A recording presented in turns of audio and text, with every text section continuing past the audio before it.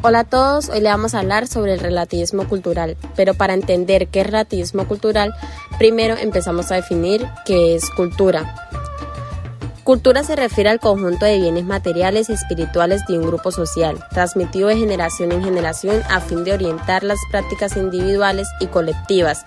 Incluye lengua, procesos, modos de vida, costumbres, tradiciones, hábitos, valores, patrones, herramientas y conocimientos. La función de la cultura es garantizar la supervivencia y facilitar la adaptación de los sujetos en el entorno. Cada cultura encarna una visión del mundo como respuesta a la realidad que vive el grupo social. No existe, por lo tanto, ningún grupo social carente de cultura o inculto. Lo que sí existe son diferentes culturas y dentro de estas diferentes grupos culturales. Bueno, ahora sí empecemos a definir qué es el relativismo cultural. Pero antes empezaré hablando de qué es el relativismo. El relativismo es una posición filosófica que niega la existencia de verdades absolutas, considerando al saber como incompleto y sosteniendo que el conocimiento humano es relativo, subjetivo e incapaz de llegar a ser objetivo, ya que se deja influenciar por la historia y otros preconceptos. El relativismo cultural, por otra parte, también conocido como culturalismo, sostiene que no existen normas étnicas culturales. Esta es una corriente antropológica que surgió en el siglo XX como propuesta del antropólogo Franz Boas, quien definió la antropología como su concepto de cultura en ese tiempo. Las culturas no son iguales y comparables y tampoco hay culturas superiores o inferiores, ya que éstas permiten que así puedan ser ordenadas en un esquema evolutivo. El relativismo cultural nació como una reacción del etnocentrismo. Se podría decir como una cura a este mismo. El etnocentrismo es la tendencia a pensar el mundo en base a las perspectivas hirientes a la propia cultura. Esto equivale a ubicar el propio grupo cultural o social en un centro imaginario del mundo, lo cual la supone en una relación de superioridad e importancia por encima de los demás. Así, las tendencias etnocéntricas valoran la propia lengua, tradición, gastronomía, religión y costumbres siempre por encima de las ajenas, lo cual refuerza las sensaciones de pertenencia y la autoestima grupal, en detrimento de la capacidad de integración, la tolerancia y el enriquecimiento cultural que brinda la diversidad y la hibridez. Este fenómeno llega incluso a darse dentro de los campos de estudio, pretendidamente objetivos como las ciencias o las ciencias sociales, y a menudo son naturalizables por los sistemas culturales hegemónicos por los que cuesta un esfuerzo extra desenmascararlos. Se trata del punto de vista opuesto al relativismo cultural. Ejemplos de etnocentrismo.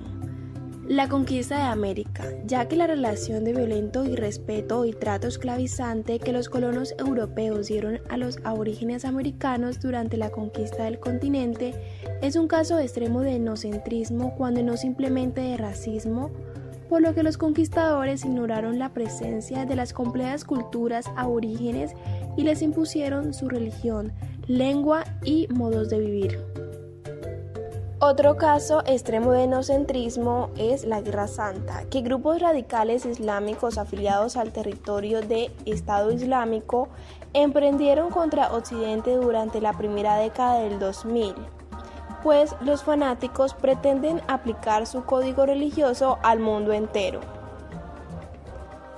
Como último ejemplo tenemos el exterminio nazi, ya que a partir de una visión etnocéntrica de privilegio de la raza aria y de los pueblos germanos por encima de los demás, los nazis alemanes impusieron crueles restricciones de vida a los ciudadanos judíos bajo su gobierno, lo cual llegó a su punto climático en los campos de exterminio donde masivamente se ejecutaba a las razas inferiores, en un caso grotesco de darwinismo social. El relativismo cultural en la psicología. Se concibe en la psicología que todo es relativo, puesto que acepta el individualismo. Por lo tanto, la psicología cultural es una parcela de la psicología que se encarga de estudiar el modo en el que los elementos culturales influyen en el comportamiento, las costumbres y la percepción de grupos de personas, es decir, que examina el contexto en el que viven las personas para encontrar en él causa de que los individuos tienden a actuar de un modo y no de otro.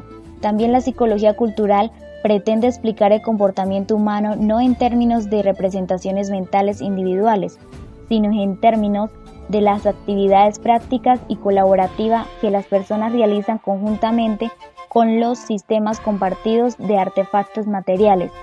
Se denomina psicología de la cultura al estudio de cómo las tendencias psicológicas y del comportamiento se encuentran enraizadas e inmersas en la cultura. Los psicólogos culturales son capaces de investigar acerca de las diferentes maneras en las que la sociedad de este país saca provecho de los fenómenos culturales, buscando en la sociedad las causas de patrones de comportamientos y mediante predicciones conocer qué nuevas acciones chocarían con estas costumbres y cuáles no. Por último, se hizo una comparación de algunas acciones ilegales en otros países que en Colombia no lo son. Por ejemplo, la pornografía. En Corea del Sur mantienen su cultura tradicional conservadora, por lo tanto, la pornografía es penalizada por multa o hasta de 2 años en prisión. Mientras que en Colombia no es ilegal claramente para mayores de 18 años y el Código Penal regula y penaliza los contenidos de explotación sexual infantil. Otro ejemplo es fugarse de la cárcel. En Alemania, fugarse de la cárcel en teoría no es un delito penado por el Código Penal alemán. Se considera desde 1880 que, en últimas, responde al impulso natural de autoliberación del ser humano. Eso sí, pocas veces quien se fuga lo logra sin incurrir en otros delitos, como provocar daños a la propiedad, soborno, asalto o incluso la toma de rehenes, y por esto sí debe pagar. En cambio, en Colombia, fugarse sí es penalizado por el Código Penal. En el artículo 448 nos dice que la fuga de presos, el que se fugue estando privado de su libertad en centro de reclusión, hospital o domiciliariamente, en virtud de providencia o sentencia que le haya sido notificada, incurrirá en prisión de 48 a 108 meses. Para concluir, la cultura influye en la creación de normas y leyes.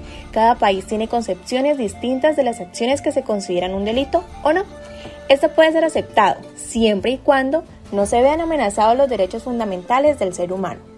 Empecemos a ampliar este concepto de relativismo cultural en nuestras vidas para entender y respetar la diversidad cultural y así no fomentaremos más odio y racismo en el mundo.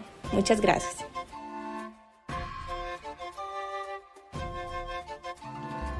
Este video fue realizado por Gabriela Superior Franco, estudiante de cuarto semestre de Derecho.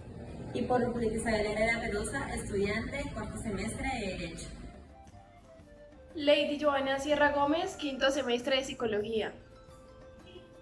Marley Dayana Triana Tunarosa, del programa de Psicología en cuarto semestre. Omar Enrique Torres, estudiante de cuarto semestre de Derecho. Y ya por último, quien les habla, Samantha Soto, estudiante de cuarto semestre de Derecho de la Universidad Cooperativa de Colombia.